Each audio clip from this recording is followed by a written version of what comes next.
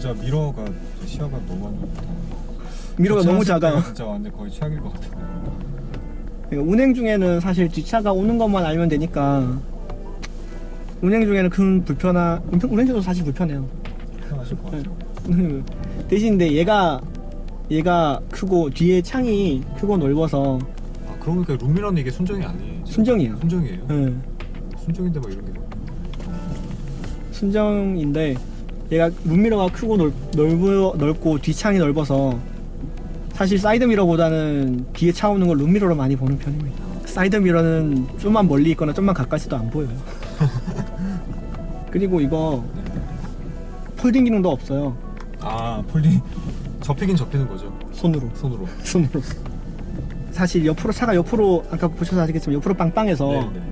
사이드 미러를 안 접어도 하긴 팬더랑 그 네. 차이가 안 나겠죠. 네, 사이드 미러를 안 접어도 옆에 뭔가 닿거나 이러진 않아요. 포르쉐가 사실 뒤가 빵빵하니까 사이드 미러를 접을 필요가 없잖아요. 사이드 미러보다 뒤에 사이드 미러랑 뒤랑 거의 간격이 같다 보니까 얘도 거의 비슷한 수준이에요. 옆에가 이렇게 빵빵하다 보니까 사이드 미러를 안 접어도 되는데 대신 그만큼 사이드 미러가 불편하죠. 브레이크 페달이 조금 많이 왼쪽으로 치우쳐져 있는 느낌이 일단 제 기준에서 좀 페달 포지션이 다른 수동은 그러니까 안 타보셨던 거죠? 이거 말고 30분 정도 타본 벨로스터 N이랑 그리고 집에 가면 운행하는 포터? 아 포터도 지금 자차로 보유하고 있어요? 이제 시골 가면 있어요. 저희가 농사꾼 집안이다 보니까 시골 가면 포터 있거든요. 시골 가면 포터를 주로 타는 편이어서 그런 건 있는 것 같아요. 확실히 이 차를 장시간 운행하면 페달 포지션 때문에 그런지 몰라도 양쪽 다리가 다 아파요. 왼다리는 클러치 때문에 아프고 아마 원래 우핸들 차를 좌핸들로 바꾸다 보니 공간이 안 나와서 그런 거 아닐까 그럴 수도 있겠네요. 라는 생각을 해봅니다. 기어 변속하는 느낌은 이게 완전히 이제 벨로스터 N이나 이런 것처럼 이렇게 팍 절도 있게 들어가는 타입은 아닌데 네. 그래도 나름은 나쁘진 네. 스트로크는 좀 짧은 축에 속하는 것 같아요. 움직임이 좀 짧은 축. 기어봉 자체가 짧아서 변속하는 느낌은 좋을 것 같고 이게 특이하게 이렇게 돼 있네요. 손잡이가. 네. 근데 이거는 마츠다 공통사항이에요. 아, MX-5도 보면은 사이드가 여기 있어요. 아마 우핸들 기준이라서 그런 게 아닐까 라는 생각합니다. 그리고 사이드 브레이크 위치는 이게 이 정도 위치가 딱 괜찮을 것 같은 게 그러니까 뭐 사이드 턴을 하거나 할 때 위치가 이렇게 가깝게 딱 핸들하고 기어봉 이게 나 앉았을 때 기어봉 위치가 이 정도면 좋은데 보통 이 정도 위치에 오는 차들이 잘 없었어요. 제가 탔을 때 한 이 정도에 왔었거든요. 그러니까 팔이 약간 뒤로 가야 이렇게 기어를 바꿀 수 있게 돼 있었는데 이거는 딱 그냥 앉은 자세에서 이렇게 딱딱딱 바꿀 수 있게 돼 있으니까 이거는 좋은 것 같고 그 다음에는 낮은 차체에서 느껴지는 그런 약간 이질감 같은 거 일반 차 타다가 넘어오면 좀 이렇게 차가 낮으니까 아 그리고 시트가 전동 시트네요. 네. 이게 후진은 어떻게 들어가는 건가요? 누르고 6단. 네.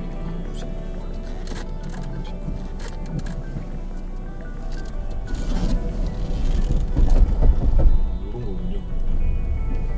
나가는 게 이쪽인가요? 네.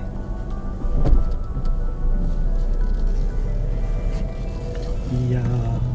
저도 가끔 시동을 꺼먹는데 처음 동합하는 차를 처음 타보실 텐데 근데 시동 안 꺼져보시면 대단하신데요?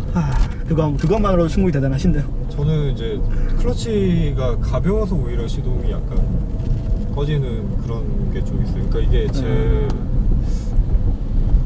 그러니까 개인적인 약간 뭐랄까 적응 부분의 차이인 것 같은데 저는 가벼우면 오히려 약간 어디에 이게 클러치를 붙여야 될지 감을 좀 찾는데 시간이 걸리고 이렇게 무거우면은 차라리 잘 좀 쉬운 것 같아요. 제 개인적으로. 그렇군요. 저는 딱 그 반대 스타일이라 요거는 사람마다 이제 어떤 취향의 차이나 이런 게 있으니까. 사실 업그레이드 하기 전에는 시동 거의 안 꺼져 먹었거든요. 네. 근데 업그레이드 하고 나서 시동 꺼먹는 횟수가 훨씬 많이 늘었어.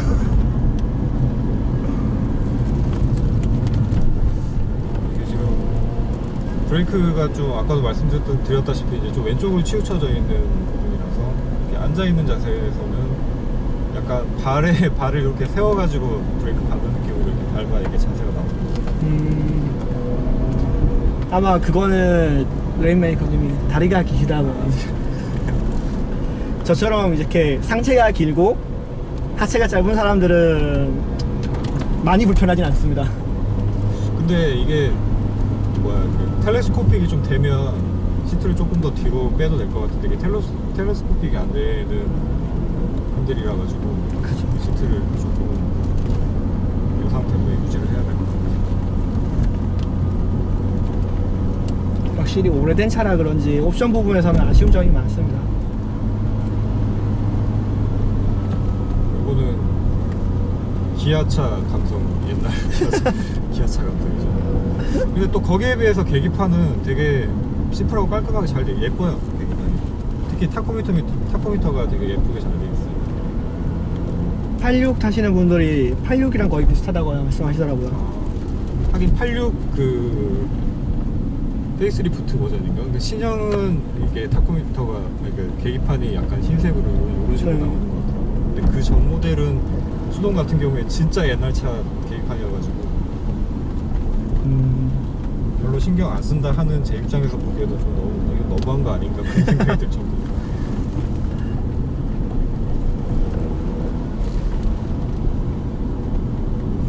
이게 스로틀이 케이블식인가요? 아니면 전자식 스로틀인가요? 전자식 스로틀이요. 전자식. 네.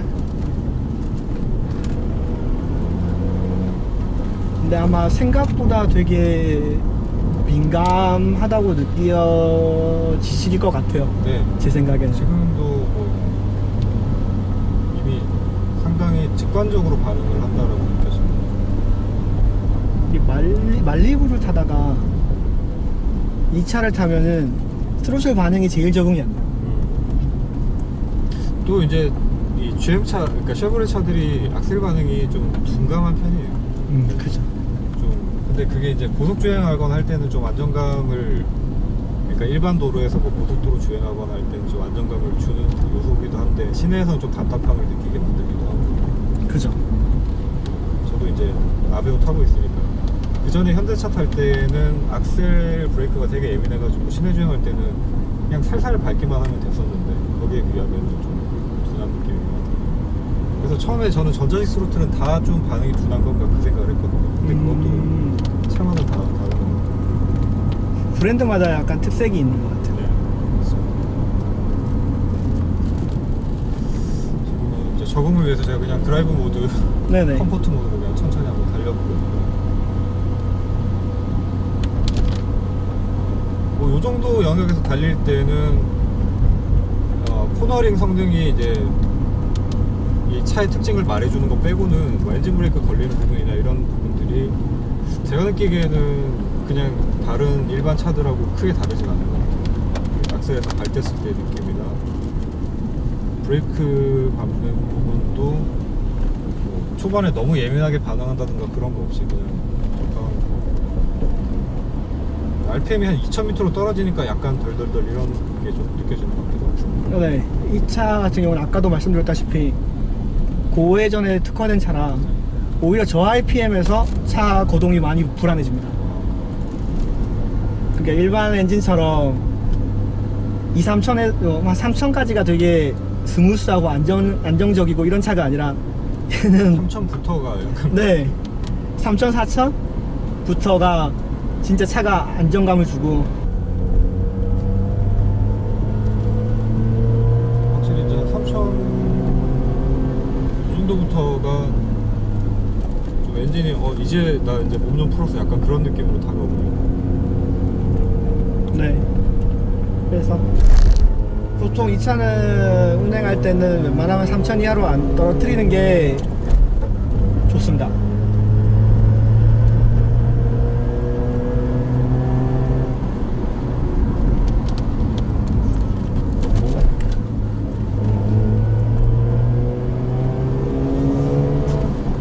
페달 포지션이 좀 불편해가지고 이 힐링도가 막 편하게 되진 않아요. 네. 이게. 그 부분 공감합니다. 티렌토를 연습해 보려고 몇 번 시도하였으나 내 포지션이 조금 불편한데 내 발이 삐꾸인 줄 알았는데 나만 안 되는 게 아니어서 다행입니다. 이게 왜 이렇게 왼쪽으로 좀 치우쳤을까 좀 그 부분이 의문이긴 한데 요런 이유도 있을 것 같아요. 그러니까 여기가 좀 높게 만들다 보니까 아. 악셀 공간이 지금 악셀도 사실 좀 왼쪽으로 좀 치우친 편이잖아요. 아, 그 예. 정도에 와야 되는데 페달 3개가 너무 딱 붙어 있어요. 네, 그런 것 같습니다. 그러니까 이게 클러치가 그러니까 우핸들이었으면 클러치가 조금 더 이쪽으로 가서 악셀이나 브레이크는 그냥 운전 자세로 때 봤을 때 그냥 적절한 위치였을 것 같은데 좌핸들이 되다 보니까 그런 것 같아요. 아무래도 일본 차다 보니 좌에서 우로 바뀌면서 손해보는 부분이 좀 없지 않아 있는 것 같습니다. 그 전에 RX8 그 자동 타셨을 때 네네. 그때도 좌핸들이었어요? 그건 우핸들이었어. 아, 한국에서 우핸들 타시기 어때요? 겁나 불편해요. 진짜로. 그러니까 뭐 우핸들 타시는 분들은 적응하면 좌핸들이랑 크게 차이 없어요 라고 하는데 우핸들을 타본 사람으로서 그거는 다 뻥이고요. 지금 요즘 시대야 뭐 주차장 들어갈 때 티켓을 뽑는다거나 하이패스 들어갈 때 티켓을 뽑는다거나 하는 게 없으니까 네. 그나마 좀 편하게 느껴지는 거지. 만약에 그게 그대로 있었으면은 우핸들 타는 사람들은 절대 편하다라고 별 차이 없다라고 얘기 못 할 겁니다. 또 게다가 이제 낮은 차에 우핸들이면은 진짜 장난 아닐 것 같아요. 저는 벨로스타는 그 차가 그렇게까지 이 정도 낮은 차는 아닌데 그래도 이제 일반 차에 비해서 좀 낮은 편인데 그 자동 주차권 이런 거 뽑을 때 이게 창문 틈으로 해가지고 뽑는 게 되게 힘들었어요. 생각보다 불편하죠. 근데 그게 우핸들이라고 생각해보세요. 그러니까 그러면 일단 기본적으로 내려야 되겠어요. 네. 공간이 나와가지고.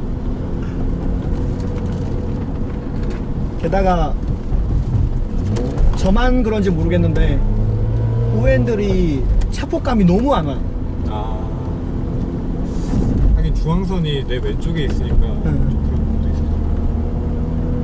차폭감이 너무 안 오더라고요.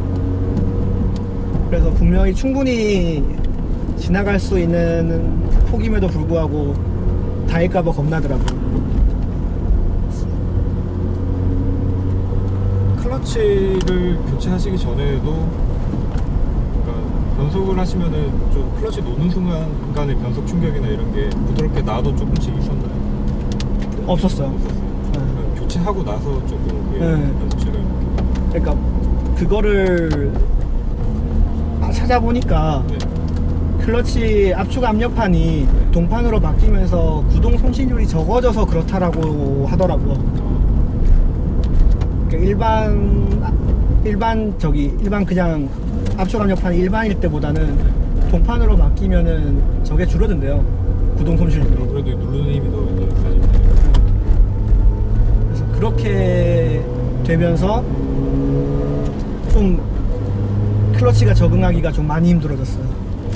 말씀하신 것처럼 부드럽게 떼도 어느 정도의 변속 충격이 느껴지다 보니까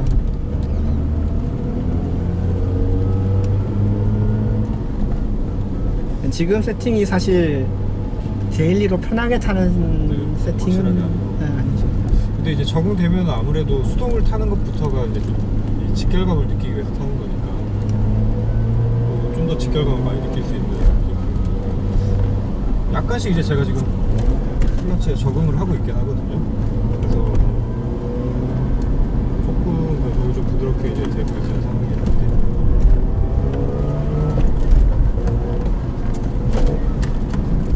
히렌토 한계가 진짜 웃긴 하다.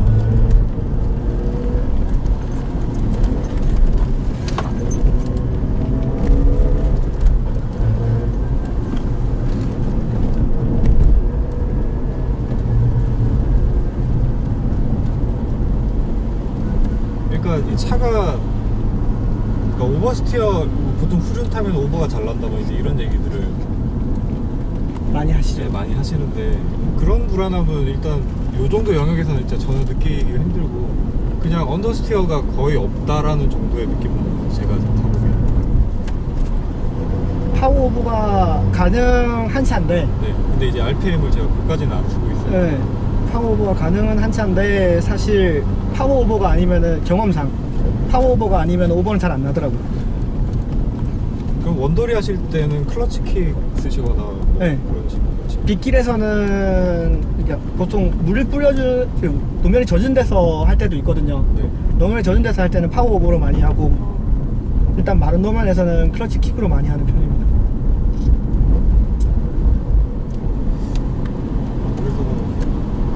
그래서 제가 타본 이게 2차 전에 타봤었던 가장 운동 성능이 좋았던 차는 벨로스타인이었는데 그 벨로스타인에서 느껴지는 게 그 차는 전륜구동이잖아요. 근데 그 차의 느낌과 상당히 흡사해요. 왜 지금 영역까지는 이것보다 이제 더 올라가면 이제 후륜구동 특성에 이제 뒤가 이렇게 미끄러지는 게 느껴질지 모르겠는데 지금 영역대에서는 벨로스타인도 딱 뭐랄까 정말 뉴트럴하게 코너에 살짝 하고 들어가는 그런 느낌이 났었거든요.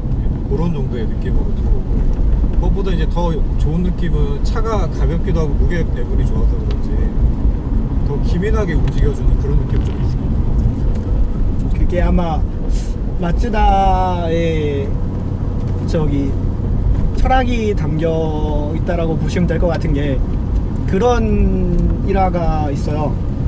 86이 한창 막 제작 발표회를 하고 그럴 때 마츠다 오피셜이랑 도요타 오피셜이 공식 석상에 둘이 같이 선 적이 있었는데 그때 도요타 오피셜이 그런 얘기를 했거든요. 방금 전까지 86을 타고 가는데 드리프트를 하느라 너무 즐거웠다. 이 차는 옆으로도 잘 간다 라고 하니까 마츠다 오피셜이 그런 얘기를 했거든요.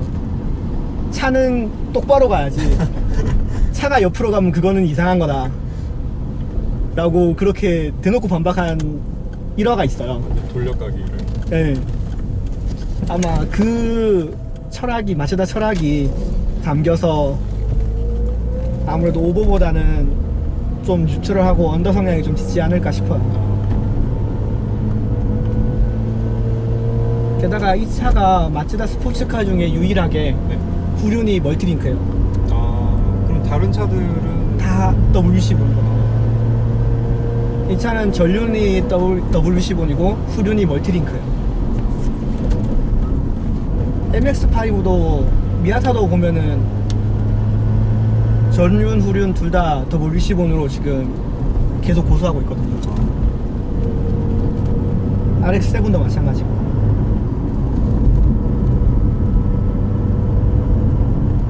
그리고 조수석에 탔을 때 못 느꼈었던 부분, 그러니까 조금 더 극적으로 느껴지는 부분은 이제 제가 직접 아무래도 조작을 하고 있으니까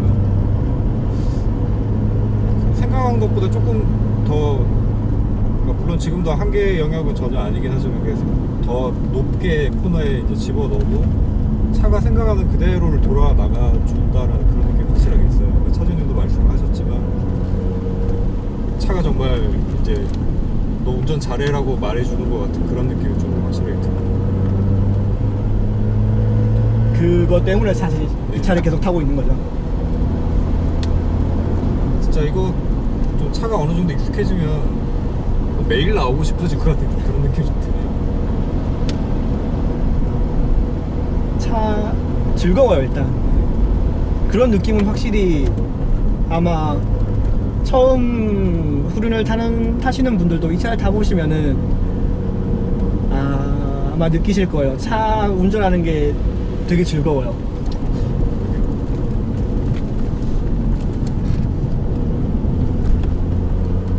악셀 조정만으로도 이제 약간 코너 안쪽으로 밀고 당기고 하는 것들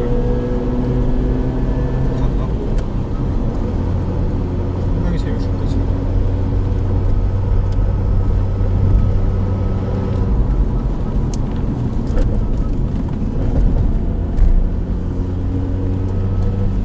이제 매끄럽게 달리려면 한 3000rpm 이상은 계속 쓰면서 달려줘야 이제 차가 좀 매끄럽게 달릴 것 같아요. 네. 3000rpm 밑으로 떨어지니까 차가 그때부터는 좀 말타기? 예, 약간 그런 것도 있고. 네. 그래서 아까 말씀드린 것처럼 3천 이상은 써줘야 좀 차가 안정적인데다가 그래서 사실 이 차를 운행하면은 시내에서는 3단까지 놓는 일이 거의 없어요. 그러겠네. RPM을 쓸 수 있는 RPM이 레드존이 지금 한 7,500? 8,000 뭐 이 정도부터 가요. 레드존이. 진짜 재밌습니다. 이게 뭐랄까 그냥 요즘 마력이 높아가지고 그냥 잘 나가는 이런 차들 느낌하고는 확실히 다르고 가볍기도 하고 이제 어떤 무게 배분 뭐 이런 것들 그다음에 좀 낮고 작고 이런 것들이 어우러져가지고 만들어내는 운동 성능에 그다음에 또 정말 독특한 이 엔진 첨가돼가지고 굉장히 제가 여태 타봤던 차들하고 좀 다른 느낌을 많이 줘가지고 그러니까 이 움직이는 것 자체만 놓고 보면 그러니까 물론 이제 카트가 훨씬 더 직관적이긴 한데 좀 카트에 가까운 느낌이 나는 것 같긴 해요. 좀 카트를 못 타봐서 카트 한번 타보시면은 진짜 이게 카트가 사실은 퓨어 스포츠 드라이빙의 완전 끝판왕이잖아요. 그죠. 완전 직관적이니까. 뭐 이게 완전히 레이싱 카트 아니더라도 그냥 레저 카트 정도만 타보셔도 진짜 새로운 세상 재미를 또 느끼게 되실 거예요. 한번 타봐야겠는데요. 카트를.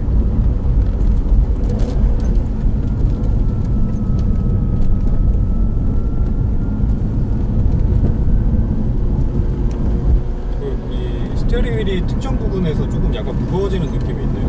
한 90도 정도 돌려보니까 여기서 약간 무거워지는 느낌이 좀. 그리고 기본적으로도 조금 무거운 편의 스티어링입니다. 네네. 가볍진 않고 네, 가볍진 않아요. 무거운 느낌이고. 덕분에 좀 시내 주행이나 이런 거 할 때는 좀 불편하기도 해요. 주차하실 때도 조금 네. 그럴 수 있겠네요.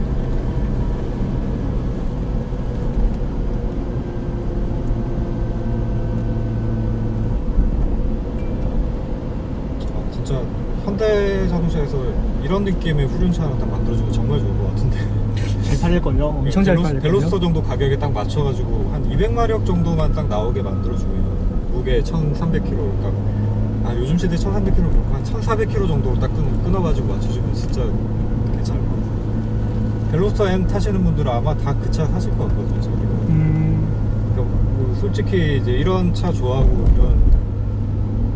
그런데 로망이 있는 사람들이 원하는 차는 거의 비슷하잖아요. 그죠. 크게 차이가 없잖아요. 코너 작고 빠르고 경쾌하고. 그리고 또 뭐 한국 도로 상황이 뭐 미국처럼 이렇게 쫙 뻗은 도로가 길게 나 있다든지 이런 상황들이 잘 없는 곳이다 보니까 어떻게 보면 일본하고도 비슷하다고 볼 수 있을 것 같은데 이제 그래서 일본에는 좀 뭐 고마력의 차들보다는 작고 가벼우면서 코너링이 좋은 이런 차들이 좀 많이 나왔었잖아요. 그죠. 그래서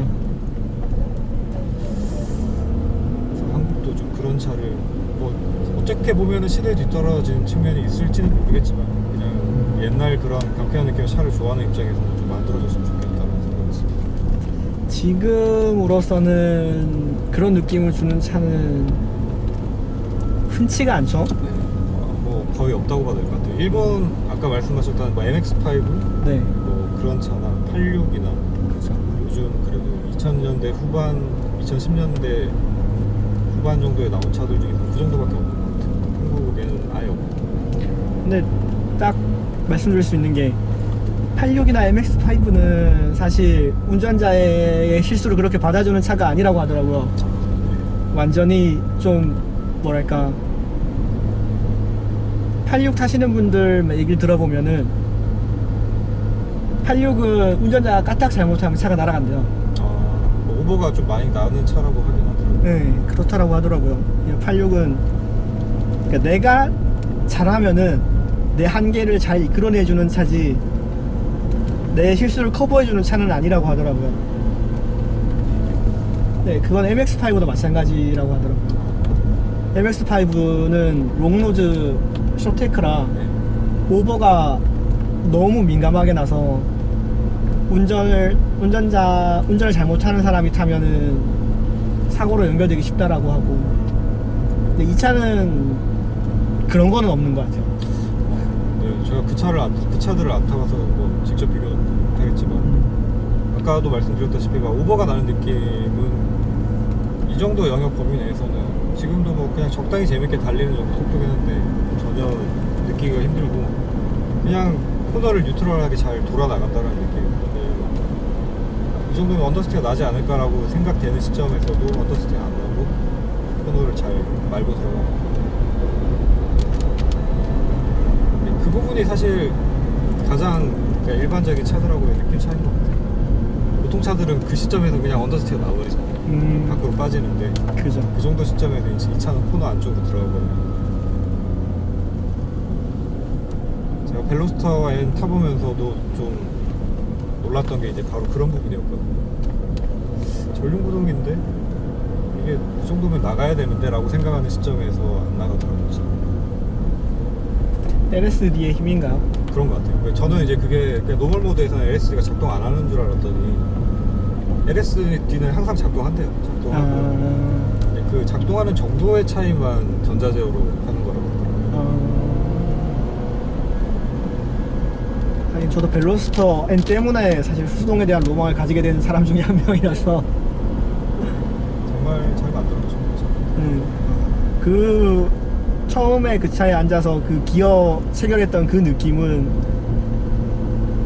아마 다시 그 차를 타지 않은 이상 잊지 못할 것 같아요. 네, 그죠. 그 기어 변속 그 느낌 자체는 정말 저도 제가 타봤었던 뭐 모든 수동차들 중에 가장 좋았고 그거는 정말 딱 내가 원하는 정도의 퀵시프트를 튜닝했을 때 그냥 딱 그 느낌이었어요. 그래서 정말 좋았어요. 착 들어가는 뭔가 그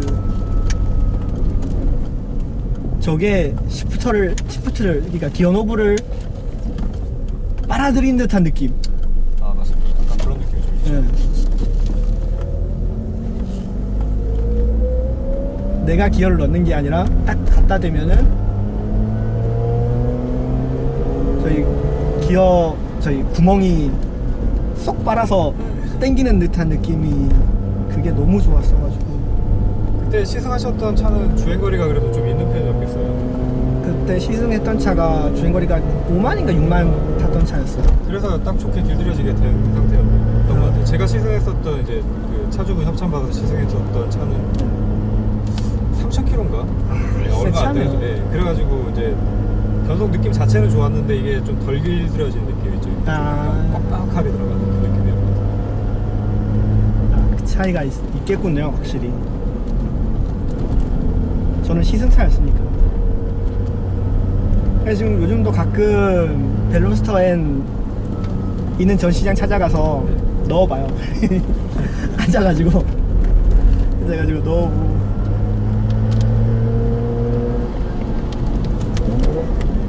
사실 요즘 같은 세상에 그런 느낌을 어디 가서 느끼겠어요. 그렇죠. 느낄 데가 없죠.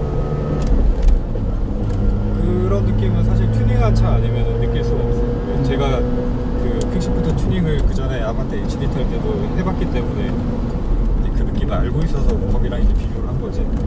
만약에 몰랐으면 비교하기 어렵겠어요. 퀵시프터는 튜닝하면은 네. 저게 있다던데요. 그 기어가 잘못 들어갈 확률이라고 그래야 되나? 네. 그러니까 짧아서 기어가 뭐 1단 넣어야 될 걸 3단이 넣는 경우도 덜어 있다라고 시프터 쓰는 사람들이 얘기하더라고요. 저는 그런 느낌은 이게 혹시 스티어링 휠이 이게 전자식인가요? 네. 그러니까 얘는 저게 없어요. 유압식이 아니에요. 아, 열받아서 그런가 약간 핸들이 잠기려는 느낌이 좀 보이네요. 좀 식혀줘야 될 것 같은. 잠기려는 느낌보다는 아마 그 약간 이게 뻑뻑해지는 네, 그게 부분 약간 그게 원래 좀 원래 그런 건 아니고요. 차가 아까 말씀드렸다시피 연식이 오래되다 보니 모터가 이제 정상 컨디션이 아닌 거죠. 유압식이면은 사실 이런 일이 없는데 얘 같은 경우에는 파워 스티어링 자체가 모터 방식이거든요. 전기로 모터를 돌려서 이제 스티어링의 파워를 이제 서포트해주는 시스템이다 보니 모터가 노후되거나 제어 모듈이 노후되거나 아니면은 말 그대로 전기 쪽 배선이 노후돼서 저항값이 세져서 로스가 생긴다거나 하면은 그런 현상이 있어요. 근데 그거는 사실 고질병이에요. 요런 증상은 뭐 한 번씩 이렇게 겪으시니까. 네네. 그냥 고질병이라고 보시면 됩니다. 이게 열받아서 그런 건 아니네요. 네네. 그런 문제는 사실 A 타는 사람이라면 누구나 한번 꼭 겪는 무파워. 근데 이제 모르니까 저는 모르는 입장에서는 아까 LSD도 차 어디 문제가 있는 거 아닌가 네. 그 생각을 했습니다.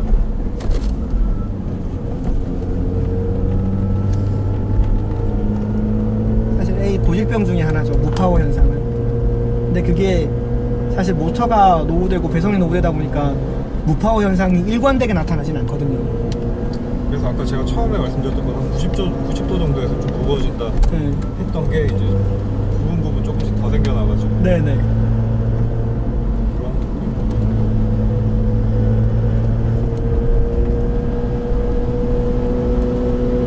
그리고 이 차는 사실 마츠다가 굉장히 공을 들인 게 드라이브 샤프트가 카본이에요. 그래요. 네.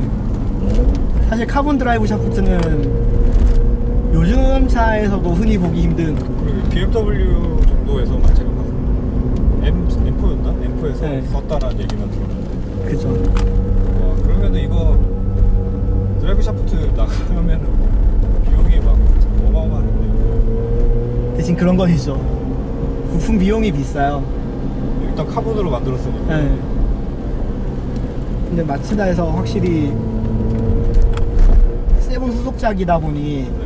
공을 많이 들인 그런 티가 많이 나는 차예요.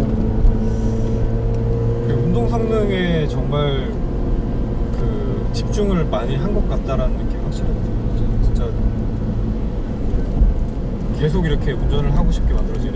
그러니까 지금 이제 도로 여건이 이렇게 좋지 않으니까 뭐 RPM 막 높여가면서 하진 않는데 이제 여건 좋을 때는 그런 느낌으로 운전을 계속 하고 싶게 만드는 그런 느낌인데 확실히 이게 네.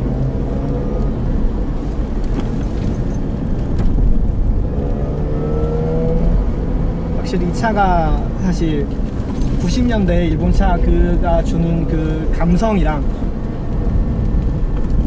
그 2000년대에 와서 이제 거품 경제가 빠지고 원가 절감에 들어갔던 그 일본 차랑 그 중간에 딱 위치하는 네. 세대의 차거든요. 그러다 보니까 이제 양쪽에 영향을 다 받은 거죠. 이제 단종은 2012년도가 음. 마지막이었다고 네. 구글에 찾아보니까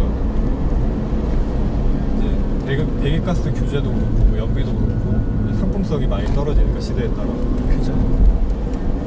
근데 유행은 돌고 돈다고 또 이제 시대가 뭐 한 20년 지난 시점에서는 또 부활을 바라는 팬들이 많으니까 아까 말씀하셨던 뭐 RX9 계획도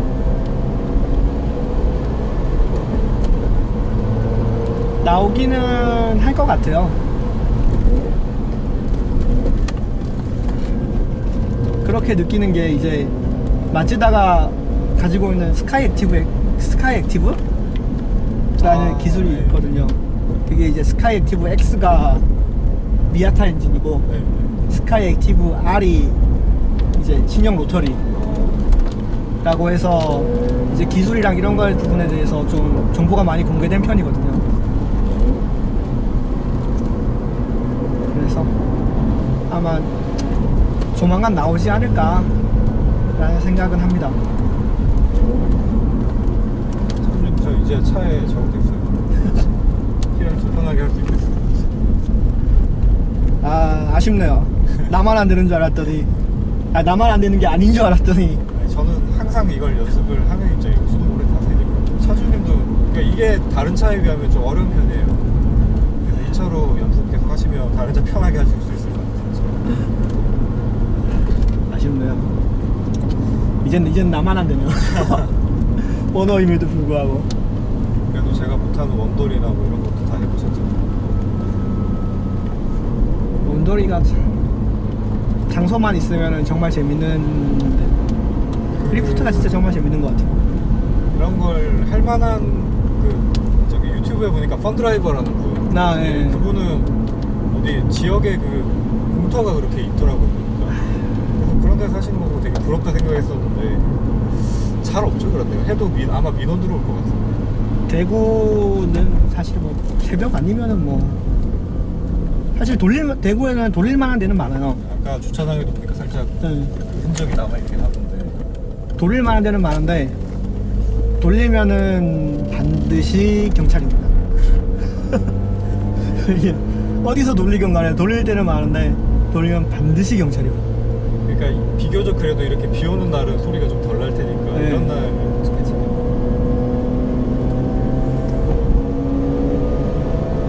자, 이제 제가 차가 적응이 될 시점쯤 돼가지고 이제 시승을 마무리를 해봐야 될 것 같습니다. 저도 너무 재밌어가지고 계속 타고 싶지만 시간도 시간이고, 차주분이 지금 말리부 타고 계시고 이 차 이제 이렇게 두 대를 운영 중이신데 사실 성격이 완전히 극과 극인 차라고도 볼 수 있잖아요. 네네. 그래서 두 대가 있다 그러면은 정말 그렇게 선택을 하신 게 탁월한 선택인 것 같아요. 그러니까 한 대는 정말 편안하게 탈 수 있는 차, 한 대는 좀 진짜 완전한 재미를 추구할 수 있는 차. 이렇게 하면은 뭐 질릴 틈이 없잖아요. 한쪽이 질릴 것 같으면은 딱 요거 타면 되고 그러니까 그 부분이 부럽고, 저도 나중에 좀 재밌는 차를 한번 시도를 해보고 싶어요. 그리고 요즘 시국이 아무래도 일본 차에 대해서 좋은 인식으로 볼 수 없는 시국이잖아요. 그죠. 근데 이게 저는 그렇게 생각합니다. 그러니까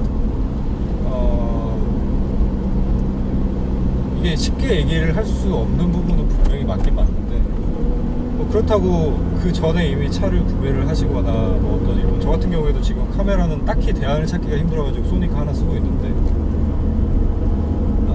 쓰고 있는 거를 필요에 의해서 쓰고 있거나 하는 부분을 뭐 지금 시기가 이렇다 그래가지고 당장에 팔아버리거나 할 수는 없는 거죠.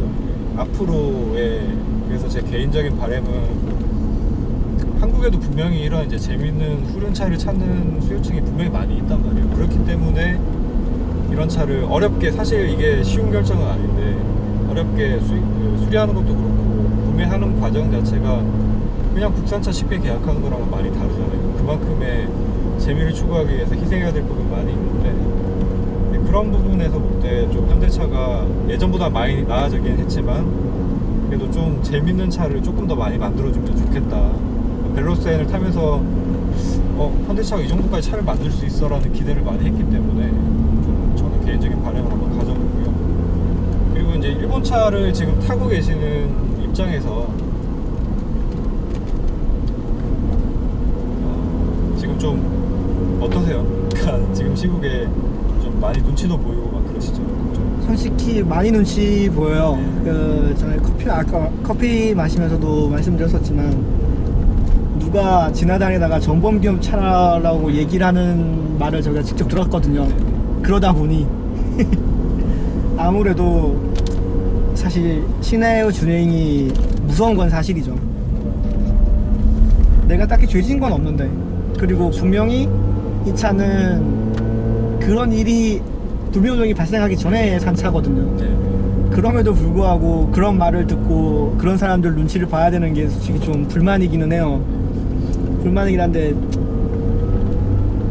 시국이 어쩔 수가 없잖아. 네, 지금은 사실 어떻게 보면은 지금 시국에 신차를 계약을 하는 사람들은 그 책임감에서 완전히 자유로울 수는 없죠. 자유로울 수는 물론 없겠죠. 없는데 이전부터 이제 타고 있으셨던 분들 같은 경우에는 이게 지금 뭐 이런 상황이 올 거라고 예상을 하기 힘든 부분도 있었을 테니까 그런 부분들이 좀 있고, 그리고 뭐 지금 일본 차를 타고 계시는 분들이나 아니면은 뭐 경기 대회 나가시거나 하시는 분들 중에서 사실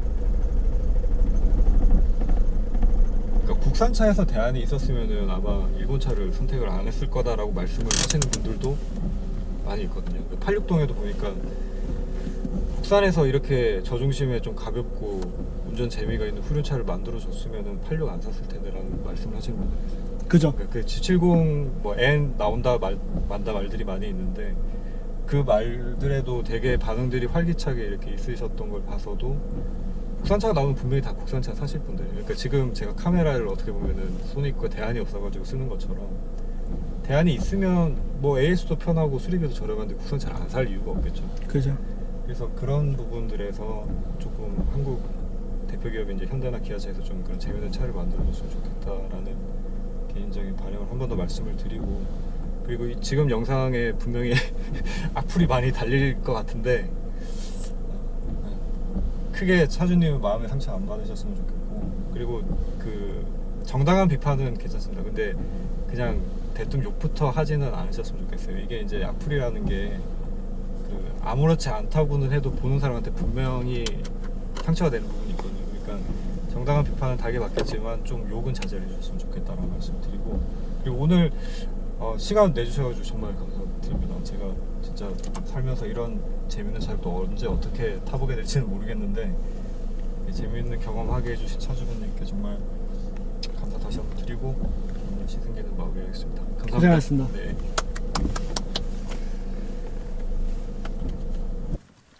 저도 사실 투스카니가 후륜이었으면 투스카니 샀을 겁니다. 다 아마 비슷할 것 같아요. 네. 대안이 있으면은 안 살 이유가 없죠. 그치?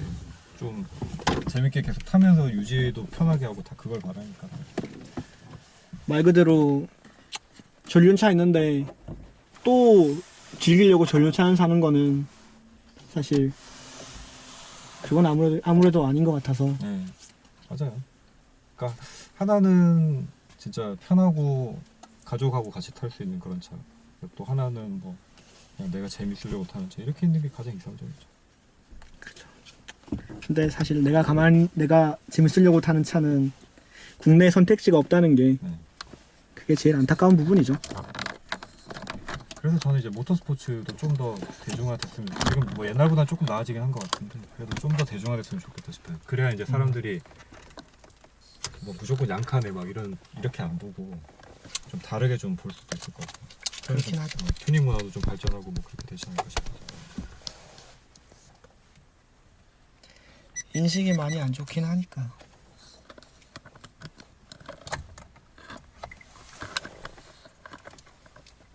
와 근데 진짜 차에서 열이 진짜 많이 나네요. 네. 여름에 어떻게 타세요 이건? 여름 못 타요? 여름에 에어컨 없으면 못 타요. 에어컨 없으면은 에어컨 고장 나면은 차 운행 불가. 장난 아닐 것 같은데. 에어컨 켜도 지금 막 이게 지금 그 통풍 시트는 아니잖아요. 네. 열기가 지금 여기서도 제가 막 느껴지는 것 같아요. 네. 차가 열이 너무 많아. 그렇다고 뭔가 그 열 때문에 차가 뻗을 정도는 아닌데 사람이 뻗을 것 같아.